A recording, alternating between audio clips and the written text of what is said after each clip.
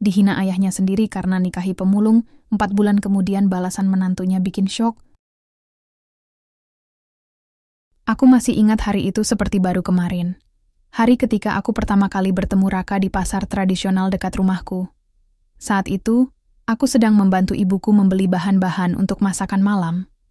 Aku melihatnya di sudut pasar, sibuk mengumpulkan botol-botol plastik bekas dan kardus-kardus tua ke dalam karung besar yang terlihat usang. Wajahnya tampak lelah, tapi matanya bersinar dengan semangat yang sulit dijelaskan. Awalnya, aku hanya melihatnya sekilas. Tidak lebih dari seorang pemulung, biasa yang sering kulihat di pasar. Namun, entah kenapa, aku merasa tertarik untuk mendekatinya. Mungkin karena senyumnya yang tulus meski hidupnya jauh dari kata mudah. Saat aku menyapanya, dia balas tersenyum dan berkata, "Mbak lagi belanja?" Suaranya ramah, membuatku nyaman. Dari situ, kami mulai berbincang-bincang. Dia bercerita tentang dirinya, seorang yatim piatu yang tinggal bersama neneknya, bekerja keras sebagai pemulung untuk memenuhi kebutuhan hidup mereka.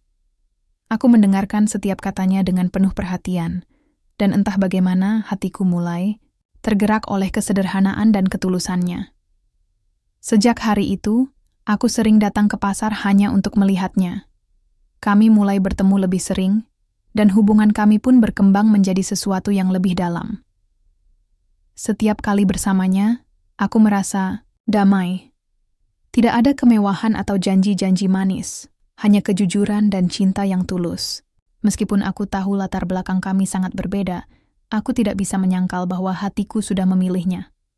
Namun, kebahagiaan itu tidak berlangsung lama. Ketika aku memberitahu kedua orang tuaku tentang rencana pernikahanku dengan Raka, dunia seolah runtuh.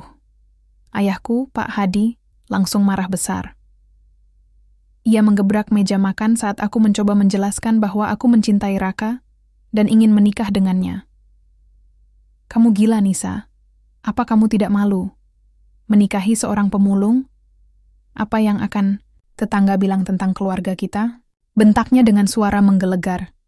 Ibu hanya diam, menundukkan kepala, tak berani melawan ayah. Aku tahu ia juga kecewa, tapi ia tidak berani mengatakan apa-apa. Aku mencoba menjelaskan bahwa Raka adalah pria baik-baik, pekerja keras, dan sangat mencintaiku. Namun ayah tidak mau mendengarkannya. "Pemulung, Nisa, pemulung. Apa kamu pikir dia bisa memberimu kehidupan layak? Kamu ini anak tunggal kami, masa depanmu harus cerah, bukan gelap seperti hidupnya," ucapnya dengan nada sinis. Aku berusaha teguh pada pendirianku. "Ayah, cinta tidak melihat latar belakang. Aku bahagia bersamanya." Kataku pelan tapi mantap. Namun, ayah hanya menggeleng-gelengkan kepala. Wajahnya dipenuhi kemarahan dan rasa malu. "Kalau kamu tetap nekat menikah dengannya, maka anggap saja kamu bukan anak kami lagi," ancamnya akhirnya. Hatiku remuk mendengar kata-kata itu. Tapi aku tahu, aku tidak bisa mundur. Aku mencintai Raka, dan aku percaya pada masa depan kami. Beberapa minggu kemudian, aku dan Raka memutuskan untuk menikah secara sederhana di kantor urusan agama. Hanya Bu Sari, ibuku, yang hadir di hari pernikahan itu. Ayah sama sekali tidak datang, bahkan tidak mengirimkan ucapan selamat. Ia benar-benar memutuskan hubungan denganku. Setelah pernikahan, kehidupan kami tidak mudah. Kami tinggal di sebuah kontrakan kecil di pinggiran kota. Setiap pagi, Raka pergi bekerja sebagai pemulung, sementara aku membantu neneknya menjual gorengan di depan rumah. Meski hidup kami sederhana, aku merasa bahagia karena memiliki Raka di sisiku. Namun, bayang-bayang penolakan keluargaku selalu menghantui. Setiap kali aku pulang ke rumah orang tuaku, ayah selalu menghina Raka habis-habisan.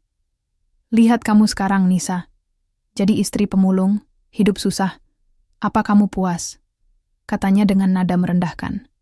Aku hanya bisa menahan air mata setiap kali mendengar kata-katanya. Tapi aku tidak pernah menyerah. Aku yakin suatu hari nanti, ayah akan melihat betapa berartinya Raka dalam hidupku. Aku juga yakin Raka akan membuktikan bahwa cintanya padaku bukanlah kesalahan. Meski begitu, beban yang kutanggung terasa semakin berat. Setiap hari, aku harus berjuang melawan rasa sakit hati karena dihina oleh keluargaku sendiri. Kadang-kadang, aku bertanya-tanya apakah keputusanku menikahi Raka adalah langkah yang salah. Namun setiap kali aku melihat senyum Raka yang tulus, aku tahu bahwa aku telah membuat keputusan yang tepat. Cinta kami mungkin tidak sempurna, tapi itu cukup untuk membuat kami bertahan. Di tengah semua tekanan ini, satu hal yang pasti. Aku tidak akan pernah menyerah. Aku akan terus berdiri di sisi Raka, apapun yang terjadi. Karena aku tahu, di balik segala kesulitan ini, ada harapan yang menanti di ujung jalan. Hari-hari setelah pernikahan kami terasa seperti berjalan di atas jembatan yang rapuh. Setiap langkah yang aku ambil selalu dipenuhi oleh ketidakpastian dan tekanan dari keluarga. Meski begitu, aku berusaha tetap tegar. Aku tahu, hidup bersama Raka tidak akan mudah, tapi aku juga tidak menyangka bahwa beban ini akan seberat ini. Setiap pagi, Raka bangun lebih awal untuk mulai bekerja sebagai pemulung. Ia mengayuh sepeda tuanya dengan karung besar tergantung di bagian belakang. Aku sering melihatnya dari jendela kontrakan kecil kami. Wajahnya penuh semangat meskipun tubuhnya tampak lelah. Sementara itu, aku membantu neneknya, yang tinggal tidak jauh dari kami, menjual gorengan di depan rumahnya. Penghasilan kami sangat minim, tapi kami berusaha menjalani hari-hari dengan rasa syukur. Namun, ada satu hal yang sulit kuhindari, hinaan dari ayahku. Setiap kali aku pulang ke rumah orang tuaku, baik untuk membantu ibuku atau sekadar ingin bertemu mereka, ayah selalu menyambutku dengan kata-kata yang menyakitkan. Jadi, bagaimana rasanya jadi istri pemulung? Apa kamu sudah cukup menderita? Katanya suatu sore saat aku datang membawa kue buatan nenek Raka. Suaranya dingin, menusuk hatiku seperti jarum yang tajam. Aku mencoba menahan air mata, tapi kadang-kadang aku tidak bisa. Ayah, tolong jangan bicara seperti itu tentang Raka. Dia bekerja keras untuk memberikan yang terbaik untukku. Ujarku pelan, berharap ayah bisa sedikit memahami.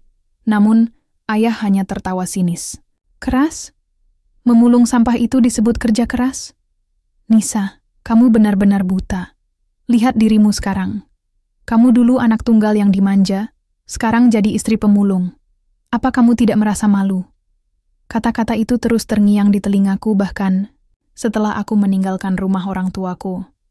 Kadang-kadang, aku merasa seperti seekor burung yang terperangkap dalam sangkar emosi. Di satu sisi, aku ingin tetap teguh pada cintaku kepada Raka. Di sisi lain, aku tidak bisa menyangkal bahwa kata-kata ayah selalu meninggalkan luka mendalam di hatiku. Suatu hari, situasi menjadi semakin buruk. Raka jatuh sakit karena kelelahan. Ia demam tinggi dan tidak bisa bekerja selama beberapa hari. Kami tidak punya cukup uang untuk membeli obat atau memeriksakan dirinya ke dokter. Aku panik, tapi aku tahu satu-satunya tempat yang bisa kudatangi adalah rumah orang tuaku. Dengan berat hati, aku memutuskan untuk pulang ke sana, berharap ayah dan ibu mau membantu meskipun hanya sedikit. Saat aku tiba di rumah, ibu langsung menyambutku dengan wajah khawatir. Nisa, kenapa kamu datang? Ada apa? Tanyanya lembut. Aku menjelaskan kondisi Raka dan meminta pinjaman uang untuk membeli obat.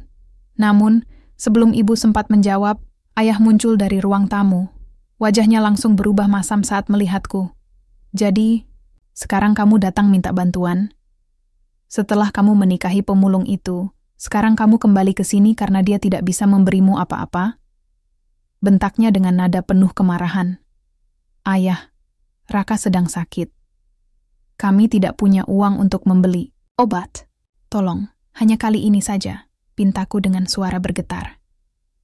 Namun ayah hanya menggeleng-gelengkan kepala. Tidak, Nisa. Jika kamu memilih untuk menikahi pemulung, maka tanggung sendiri akibatnya. Jangan harap aku akan membantu orang sepertinya.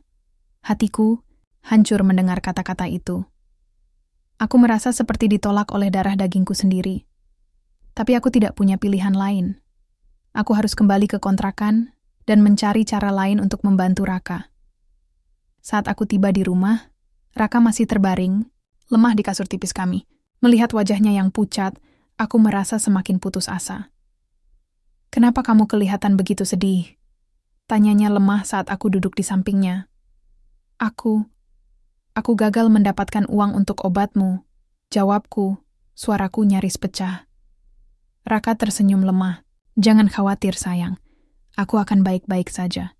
Kita pasti bisa melewati ini bersama-sama." Aku menangis dalam diam, merasa bersalah karena tidak bisa membantu suamiku. Tapi di tengah semua kesedihan itu, ada satu hal yang membuatku tetap bertahan. Janji Raka. Ia selalu berkata bahwa ia akan membuktikan bahwa cintanya padaku bukanlah kesalahan. Ia berjanji akan bekerja lebih keras lagi agar kami bisa memiliki kehidupan yang lebih baik. Beberapa hari kemudian, kondisi Raka mulai membaik. Ia kembali bekerja sebagai pemulung, meskipun tubuhnya masih terlihat lemah. Aku membantunya sebisa mungkin, membersihkan barang-barang bekas yang ia bawa pulang, dan menjualnya ke pengepul. Meski penghasilan kami sangat kecil, kami berusaha menjalani hari-hari dengan rasa syukur. Namun, tekanan dari keluargaku tidak berhenti. Suatu sore, saat aku sedang membantu nenek Raka menjual gorengan, ayah tiba-tiba muncul. Wajahnya tampak marah, dan matanya penuh dengan kebencian. "Apa yang kamu lakukan di sini, Nisa? Masih belum cukup menderita ya? Sekarang kamu jadi pedagang gorengan juga?" katanya dengan nada merendahkan. "Ayah, aku hanya membantu nenek Raka. Kami sedang berusaha membangun kehidupan kami," jawabku. "Berusaha tetap tenang. Berpura-puralah sekeras yang kamu mau, Nisa. Tapi ingat, kamu telah menurunkan derajat keluarga ini. Jangan harap aku akan memaafkanmu," katanya dingin sebelum pergi meninggalkanku. Aku menundukkan kepala, merasa malu dan marah pada saat yang sama. Tapi aku tahu, aku tidak bisa menyerah. Aku harus terus berjuang demi masa depanku bersama Raka. Aku percaya, suatu hari nanti, ayah akan melihat betapa kerasnya kami bekerja dan betapa tulusnya cinta kami. Di tengah semua tekanan ini, satu hal yang pasti, aku tidak akan pernah menyerah. Aku akan terus berdiri di sisi Raka, apapun yang terjadi. Karena aku tahu, di balik segala kesulitan ini, ada harapan yang menanti di ujung jalan. Hari-hari berlalu dengan perlahan, tapi aku dan Raka terus berusaha menjalani hidup dengan sebaik mungkin. Meskipun tekanan dari keluargaku masih ada, kami tidak pernah menyerah. Kami tahu bahwa kehidupan ini adalah ujian, dan satu-satunya cara untuk melewatinya adalah dengan kerja keras dan keyakinan. Suatu malam, setelah seharian bekerja, Raka duduk di sampingku di teras kontrakan kami yang sederhana. Wajahnya tampak serius, seperti sedang memikirkan sesuatu yang penting. "Nisa," katanya, pelan. "Aku punya ide." Aku menoleh padanya, penasaran. "Ide apa?" tanyaku. "Aku ingin mencoba berjualan bakso," jawabnya dengan nada penuh semangat. Beberapa minggu lalu, aku melihat banyak orang di pasar tradisional membeli bakso. Aku pikir, kalau kita bisa membuat bakso yang enak dan harganya terjangkau, pasti akan banyak pembeli. Aku terkejut mendengar idenya. Berjualan bakso tentu bukan hal yang mudah, apalagi kami tidak punya modal sama sekali. Tapi melihat mata Raka yang bersinar penuh harapan, aku tidak bisa menolaknya. "Kita tidak punya uang untuk memulai usaha itu, Raka," kataku hati-hati. Raka tersenyum. "Aku sudah memikirkannya. Aku punya teman lama yang mungkin bisa membantu kita. Dia memiliki warung kecil di pasar dan dia bersedia memberikan pinjaman kecil untuk memulai usaha ini." Aku merasa ragu. Pinjaman? Itu berarti kami harus berutang. Tapi melihat tekad Raka yang begitu kuat, aku akhirnya mengangguk. "Baiklah, aku percaya padamu," kataku pelan. Esok harinya, Raka pergi menemui temannya di pasar. Setelah beberapa jam, ia kembali dengan senyum lebar di wajahnya. Teman itu setuju untuk meminjamkan uangnya. "Kita bisa mulai besok," katanya dengan nada gembira. Kami langsung memulai persiapan. Raka belajar resep bakso dari neneknya, yang ternyata pernah menjadi penjual bakso di masa mudanya. Sementara itu, aku membantu mempersiapkan bahan-bahan dan peralatan yang dibutuhkan. Dengan modal pinjaman kecil itu, kami berhasil membeli gerobak bekas, panci besar, dan bahan-bahan dasar untuk membuat bakso. Hari pertama berjualan adalah pengalaman yang mendebarkan. Kami membuka lapak kecil di sudut pasar tradisional, tempat yang ramai dikunjungi oleh ibu-ibu dan pekerja. Aku membantu melayani pelanggan, sementara Raka sibuk memasak bakso di belakang gerobak. Awalnya, hanya ada beberapa orang yang mencoba bakso kami. Namun, setelah mereka mencicipinya, mereka langsung memuji rasa bakso yang enak dan harganya yang murah. "Enak sekali, Mbak. Baksonya kenyal dan kaldunya gurih," kata seorang ibu yang datang bersama anaknya. Aku tersenyum senang mendengar pujian itu. Perlahan-lahan, pelanggan mulai berdatangan. Hari pertama itu, kami berhasil menjual habis semua bakso yang kami buat. Raka dan aku pulang ke kontrakan dengan perasaan lega dan bahagia. Meskipun keuntungan yang kami dapatkan tidak seberapa, itu cukup untuk membuat kami yakin bahwa usaha ini bisa berkembang. Namun, tantangan belum berakhir. Beberapa hari kemudian, saat kami sedang sibuk melayani pelanggan, ayah tiba-tiba muncul di pasar. Ia tampak marah saat melihatku berdiri di balik gerobak bakso, membantu Raka melayani pembeli. "Apa ini? Sekarang kamu jadi pedagang bakso juga? Apalagi yang akan kamu turunkan dari derajatmu, Nisa?"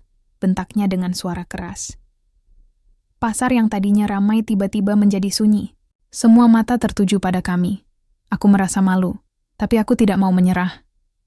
"Ayah, ini adalah usaha kami. Kami sedang berjuang untuk membangun kehidupan yang lebih baik," kataku dengan suara mantap meskipun hatiku bergetar. "Tidak ada yang lebih baik dari pemulung yang jadi penjual bakso. Kamu benar-benar mempermalukan keluarga ini," balas ayah dengan nada sinis. Raka maju selangkah, berdiri di sisiku. "Pak Hadi, saya tahu Anda tidak suka pada saya, tapi saya berjanji akan membuktikan bahwa saya bisa memberikan kehidupan yang layak untuk Nisa. Ini baru permulaan," katanya dengan nada tenang namun tegas. Ayah hanya mendengus, lalu pergi meninggalkan pasar. Aku merasa lega karena Raka tetap teguh dan tidak terpancing emosi. Kami melanjutkan berjualan seperti biasa, meskipun suasana hatiku masih dipenuhi oleh rasa sedih. Namun, semakin hari, usaha kami semakin berkembang.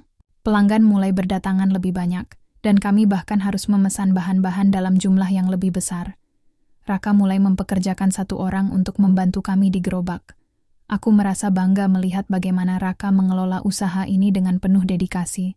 Ia tidak pernah berhenti belajar dan berinovasi untuk meningkatkan kualitas bakso kami. Setelah beberapa minggu, kami berhasil mengembalikan pinjaman kepada teman Raka. Bahkan, kami mulai bisa menabung sedikit demi sedikit. Aku merasa ada harapan baru dalam hidup kami. Meskipun tekanan dari keluargaku masih ada, aku tahu bahwa kami sedang berada di jalur yang benar. Suatu sore, setelah seharian berjualan, Raka duduk di sampingku di teras kontrakan. Wajahnya tampak lelah, tapi matanya bersinar dengan kebahagiaan. "Nisa, kita bisa melakukannya. Usaha ini akan terus berkembang," katanya dengan nada penuh keyakinan. Aku tersenyum, merasa lega dan bahagia. "Aku tahu, Raka. Kita akan terus berjuang bersama.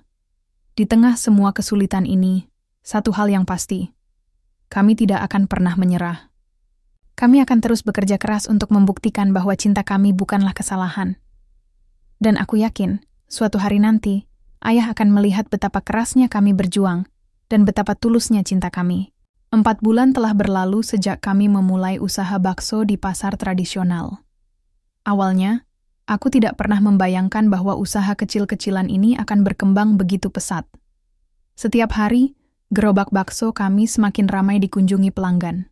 Dari awalnya hanya beberapa orang yang mencoba bakso kami, kini antrian panjang sudah menjadi pemandangan biasa di depan gerobak. Bahkan, ada beberapa pelanggan setia yang datang setiap hari hanya untuk menikmati bakso buatan Raka. Raka bekerja tanpa kenal lelah. Ia selalu bangun lebih awal untuk mempersiapkan bahan-bahan dan memasak kaldu hingga sempurna. Aku membantu melayani pelanggan, mengatur stok, dan sesekali membantu memasak jika sedang sangat sibuk. Kami bekerja sebagai tim, saling mendukung satu sama lain. Meskipun tubuh kami sering terasa lelah, hati kami dipenuhi oleh rasa syukur dan kebahagiaan. Tidak hanya itu, usaha kami mulai dikenal di luar pasar tradisional. Beberapa pelanggan merekomendasikan bakso kami kepada teman-teman mereka, dan lambat laun nama Bakso Raka mulai tersebar di kota kecil kami. Seorang pengusaha lokal bahkan datang ke gerobak kami suatu sore dan menawarkan kerjasama untuk membuka cabang pertama di pusat kota. Awalnya, aku merasa ragu karena kami belum memiliki cukup modal untuk ekspansi. Namun, Raka meyakinkanku bahwa ini adalah kesempatan yang tidak boleh dilewatkan. Kita bisa memulainya dengan pinjaman kecil dari bank, kata Raka suatu malam saat kami duduk bersama di teras kontrakan. Aku sudah mempelajari semua prosesnya. Jika kita berhasil, kita bisa membayar pinjaman itu dalam waktu singkat. Aku mengangguk, meskipun masih merasa cemas. Tapi melihat keyakinan di matanya, aku tahu bahwa ini adalah langkah yang harus kami ambil. Kami akhirnya mengajukan pinjaman ke bank dan berhasil mendapatkan modal untuk membuka cabang pertama kami. Dengan bantuan pengusaha lokal tersebut, kami menyewa sebuah kios kecil di pusat kota dan mulai menjual bakso di sana. Cabang pertama kami langsung disambut dengan antusias oleh warga kota. Dalam waktu kurang dari sebulan, kios kami menjadi salah satu tempat makan favorit di kota. Pelanggan memuji rasa bakso kami yang unik dan harga yang tetap terjangkau. Melihat kesuksesan ini, Raka memutuskan untuk membuka cabang-cabang baru di beberapa lokasi strategis lainnya. Dalam waktu 4 bulan, kami sudah memiliki 5 cabang bakso yang tersebar di seluruh kota. Namun, kesuksesan ini tidak hanya membawa kebahagiaan bagi kami. Aku juga merasa lega, karena akhirnya kami bisa membuktikan bahwa kerja keras dan ketulusan bisa membawa hasil yang luar biasa. Setiap kali aku melihat senyum puas para pelanggan, aku merasa bangga pada Raka. Dia benar-benar telah membuktikan janjinya padaku, bahwa ia bisa memberikan kehidupan yang layak untukku. Di tengah kesibukan ini, hubungan kami dengan keluargaku masih belum membaik. Ayah tetap menolak untuk berbicara denganku, meskipun ibu kadang-kadang diam-diam mengirimkan pesan singkat untuk menanyakan kabarku. Aku tahu bahwa ayah masih merasa malu dan marah karena aku menikahi pemulung. Tapi aku percaya, suatu hari nanti, ia akan melihat betapa kerasnya kami bekerja dan betapa tulusnya cinta kami. Suatu sore, setelah seharian bekerja di kantor pusat bakso kami, Raka duduk di sampingku dengan wajah serius. "Nisa, aku ingin mengundang keluargamu untuk makan malam di salah satu cabang kita," katanya pelan. Aku terkejut mendengar idenya. "Apa? Maksudmu mengundang ayah dan ibu?" "Iya," jawabnya mantap. "Ini saat yang tepat untuk membuktikan diri kita. Kita sudah bekerja keras selama ini, dan sekarang saatnya mereka melihat hasilnya." Aku merasa ragu. Bagaimana jika ayah menolak atau bahkan menghina kami lagi? Tapi melihat tekad Raka yang begitu kuat, aku akhirnya mengangguk. "Baiklah, aku percaya padamu." Keesokan harinya, aku mengirimkan undangan kepada ayah dan ibu untuk makan malam di cabang utama bakso kami. Aku tidak memberitahukan bahwa restoran itu milik Raka. Aku hanya mengatakan bahwa aku ingin mengajak mereka makan malam di sebuah tempat spesial. Awalnya, ayah menolak, tapi ibu berhasil membujuknya untuk datang. Malam itu, aku dan Raka menunggu kedatangan mereka di restoran. Hati kami dipenuhi oleh campuran rasa tegang dan harapan.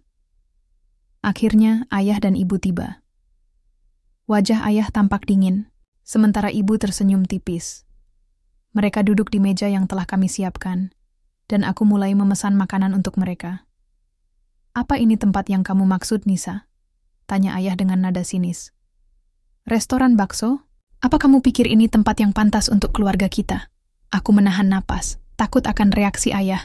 Namun, sebelum aku sempat menjawab, Raka muncul dari dapur dengan celemek putih yang masih terlihat bersih. "Selamat malam, Pak Hadi, Bu Sari," katanya dengan senyum hangat. "Terima kasih sudah datang ke restoran kami." Ayah terkejut melihat Raka. "Restoran kalian? Maksudmu, ini milikmu?"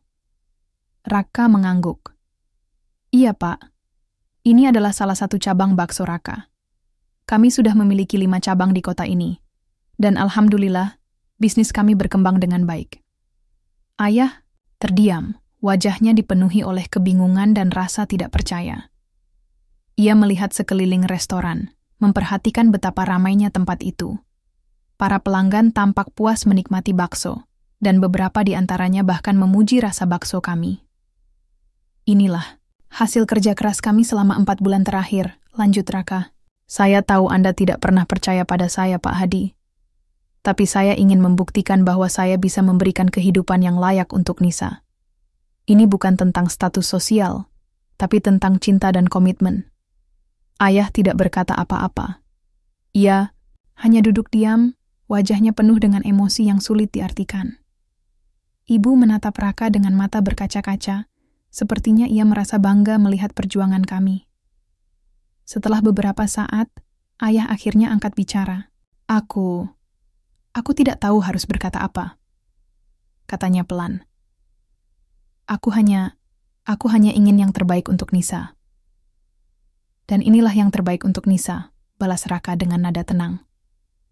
Saya mencintainya, dan saya akan terus bekerja keras untuk membuatnya bahagia. Aku merasa air mataku mulai mengalir.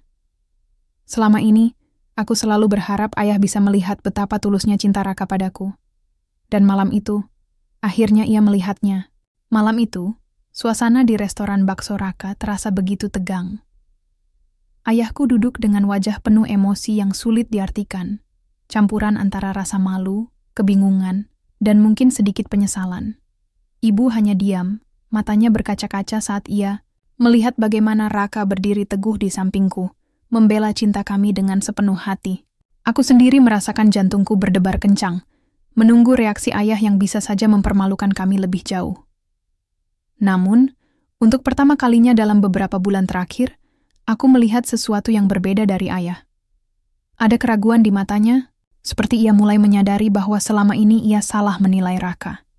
Setelah beberapa saat hening, akhirnya ayah angkat bicara. Suaranya tidak lagi keras atau penuh kemarahan seperti biasanya, melainkan pelan dan terdengar lelah. Raka, katanya, Aku harus mengakui bahwa aku salah menilaimu. Selama ini aku hanya melihatmu sebagai pemulung tanpa masa depan. Tapi malam ini, aku melihat seorang pria yang bekerja keras demi keluarganya. Kamu telah membuktikan dirimu. Aku tidak bisa menahan air mata mendengar kata-kata itu. Aku tahu betapa sulitnya bagi ayah untuk mengakui kesalahannya, terutama di depan orang lain. Raka tersenyum. Wajahnya dipenuhi oleh rasa lega dan kebahagiaan. Terima kasih, Pak Hadi, katanya dengan nada hormat. Saya hanya ingin membuktikan bahwa saya layak mendampingi Nisa. Saya mencintainya, dan saya akan terus berusaha menjadi suami yang baik untuknya. Ayah mengangguk pelan, lalu menoleh padaku. Matanya tampak lembut, tidak seperti biasanya. Nisa, maafkan ayah. Ayah terlalu keras kepala dan terlalu bangga pada status sosial. Ayah tidak pernah melihat betapa bahagianya kamu bersama Raka. Maafkan ayah karena sudah membuatmu menderita. Aku tidak bisa berkata apa-apa.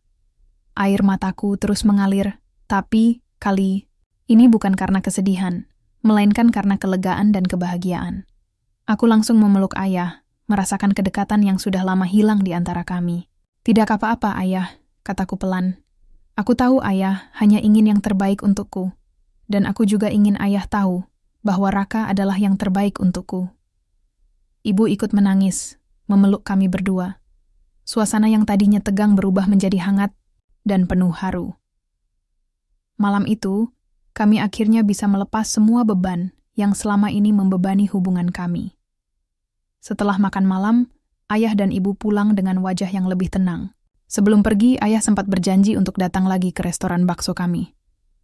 Aku akan membawa teman-temanku untuk mencoba bakso ini, katanya sambil tersenyum tipis. Kamu benar-benar hebat, Raka.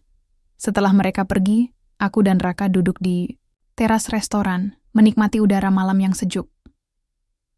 Kita berhasil, Nisa, kata Raka dengan senyum puas. Kita akhirnya membuktikan pada semua orang bahwa cinta kita bukanlah kesalahan. Aku mengangguk, merasa lega dan bahagia. Iya, Raka. Kita sudah melewati semua ujian ini bersama-sama. Sekarang kita bisa melanjutkan hidup kita tanpa rasa takut atau ragu. Beberapa minggu setelah malam itu, hubungan kami dengan keluargaku semakin membaik. Ayah sering datang ke restoran bakso kami, kadang-kadang membawa teman-temannya untuk mencicipi bakso. Ia bahkan mulai memberikan saran-saran bisnis kepada Raka, meskipun awalnya ia masih merasa canggung. Ibu sering datang membantu di dapur, belajar cara membuat bakso dari nenek Raka. Melihat mereka berbaur dengan kehidupan kami membuat hatiku dipenuhi oleh rasa syukur. Usaha bakso kami terus berkembang pesat. Dalam waktu 6 bulan kami sudah memiliki 10 cabang di seluruh kota, dan nama Bakso Raka menjadi salah satu merek terkenal di daerah kami. Kami juga mulai mempekerjakan lebih banyak orang, termasuk beberapa mantan pemulung yang ingin mengubah hidup mereka. Raka selalu percaya bahwa kesuksesan bukan hanya tentang diri sendiri, tapi juga tentang membantu orang lain. Suatu hari, aku dan Raka memutuskan untuk membeli rumah baru yang lebih besar dan nyaman. Kami juga mulai merencanakan masa depan kami, termasuk memiliki anak. Aku merasa bahwa hidup kami akhirnya memasuki babak baru yang penuh kebahagiaan dan ketenangan. Di tengah semua kesuksesan ini, aku tidak pernah melupakan perjuangan kami. Aku tahu bahwa semua ini tidak datang dengan mudah. Kami harus melalui banyak ujian, tekanan dari keluarga, hinaan dari orang-orang di sekitar kami, dan kerja keras yang tak kenal lelah. Tapi semua itu membuat kami semakin kuat sebagai pasangan. Suatu sore, saat aku duduk di teras rumah baru kami, aku melihat Raka sedang bermain dengan seekor anjing kecil yang baru kami adopsi. Wajahnya dipenuhi oleh kebahagiaan, sama seperti saat pertama kali aku bertemu dengannya di pasar tradisional. Aku tersenyum, merasa bersyukur atas segala yang telah kami capai. Nisa, panggil Raka tiba-tiba. Terima kasih sudah selalu percaya padaku. Aku tertawa kecil, lalu mendekatinya. Aku juga harus berterima kasih padamu, Raka. Karena kamu, aku belajar arti cinta yang sebenarnya. Kami saling berpegangan tangan, merasakan kedamaian yang hanya bisa dirasakan oleh dua insan yang saling mencintai dan saling mendukung. Di balik semua kesulitan yang pernah kami hadapi, ada satu hal yang pasti. Cinta kami telah membawa kami ke tempat yang jauh lebih baik. Dan aku tahu, selama kami tetap bersama, tidak ada yang tidak mungkin.